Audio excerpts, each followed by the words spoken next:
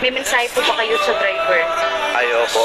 Una po sa lahat, doon po sa driver ay sa buong loob ko po, sa puso ko, isip ko, ay wala po akong sama ng galit o kahit kunting sa kanya na sumama loob ko, hindi po. Kasi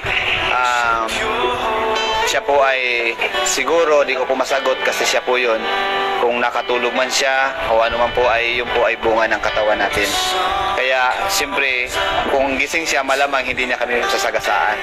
So okay na po ako, napatawad ko po yung driver.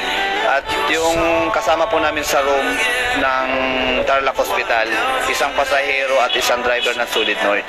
So siya, updated siya sa social media. Ako hindi pa ako tumitingin.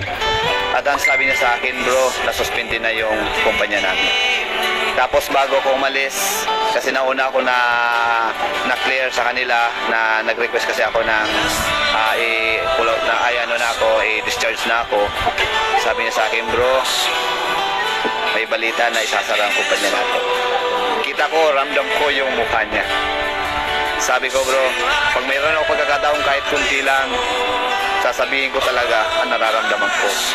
Ayaw ko pong ipasara ang Sulit North kasi marami pong pamilya ang umaasa. Sa mga driver, may pamilya po yan. Sa mga sumasakay, kailangan po nila yan.